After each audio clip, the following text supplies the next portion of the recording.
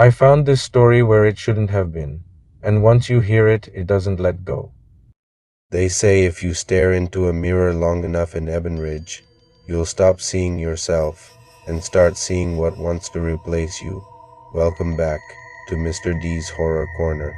This is the final chapter of our weekend winter horror stories anthology. Tonight's tale is called Through the Frost. If you've ever caught your reflection doing something it shouldn't, this one's for you. Like, subscribe, and whatever you do, don't let it out. Liza hadn't meant to stop in Ebonridge. It was just supposed to be a pass-through one night before reaching a ski resort 2 towns up. But winter doesn't care about plans, and the mountain pass had shut down hours before she arrived. Her GPS froze. Her phone had one bar, then none, and the snow, once gentle, turned angry fast. She saw a single yellow light flickering on a hillside, an old roadside inn she didn't remember seeing on the map. The place was called the Frostpine Lodge. No one greeted her when she stepped into the creaking lobby. No music, no voices, just the sound of the storm outside and the hum of an old radiator. Eventually, a man appeared. Behind the counter, he was thin, with sunken cheeks and eyes that didn't blink enough.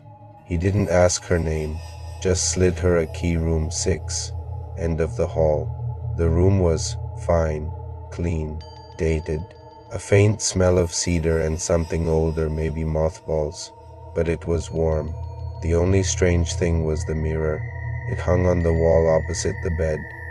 Tall, old, framed in black wood, and it was coated in frost. Not on the glass, but beneath it. The frost clung from inside the mirror, like something cold was pressing against it from the other side. She wiped it with her sleeve, and her reflection blinked. She thought nothing of it at first, travel exhaustion, bad lighting. But that night, while she was reading in bed, she looked up and saw something off. Her reflection's arms were folded. She hadn't moved. Liza sat up.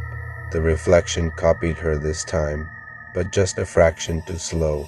The delay gave her chills.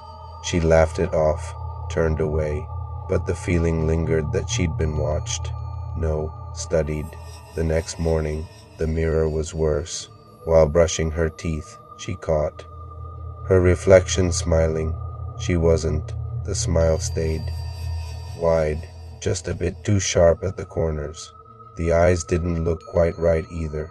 She stared for almost a minute before daring to wave her hand. The reflection waved back slowly. She told herself it was just a trick of the light. Maybe the glass was warped. But when she went to find the front desk, the lobby was empty again. No staff, no guests, no phone signal. She returned to her room, and something felt off. The bed was neatly made, too neat, like someone had been in and out already, but her bag hadn't been touched. She checked the bathroom, nothing. Then she looked into the mirror again. This time, the reflection moved first. It turned its head and looked past her, toward the window. She spun around, no one there.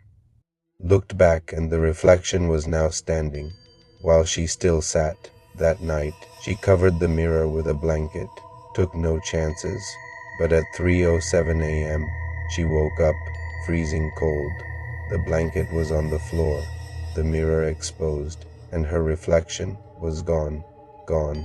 The mirror showed only the room, the bed, the window, the lamp, but not her. Liza screamed, ran for the door. It was frozen shut, thick ice lining the frame. She tried the windows, same thing. Outside, a blizzard erased the world. Inside, her breath fogged the air.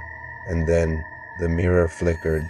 A dim, pulsing blue light glowed from deep inside it, like moonlight underwater, and her reflection reappeared. But this time, it wasn't copying her. It was watching, standing perfectly still, expression neutral. Then it raised a hand, not to wave, to press against the glass. And Liza moved her hand too, not because she wanted to, because she had to. It felt like someone else was inside her skin. Her arms moved without command. Her lips smiled. Without meaning, the reflection smiled wider. And then it stepped forward.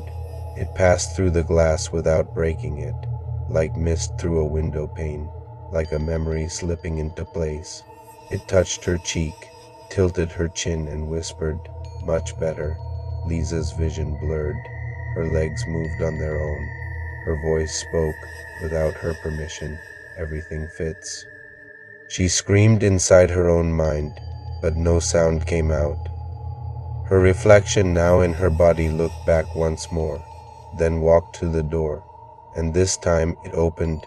Outside, the storm was gone. Sunlight spilled in, footsteps crunched through fresh snow, and Lisa watched it all from the other side of the mirror, trapped, screaming silently. The mirror's frost returned, slowly, sealing her in. Now she's just a shadow behind the glass, waiting, watching, and hoping someone else wipes the frost away. They say the Frostpine Lodge burned down years ago, but sometimes when the snow falls just right, it reappears for one night and welcomes new guests. Room 6 is always ready, and the mirror's always waiting. This has been Mr. D's Story 4, Through the Frost. Like, subscribe, and be careful what looks back at you, because if your reflection ever stops following your lead, it might be your last night in your own skin.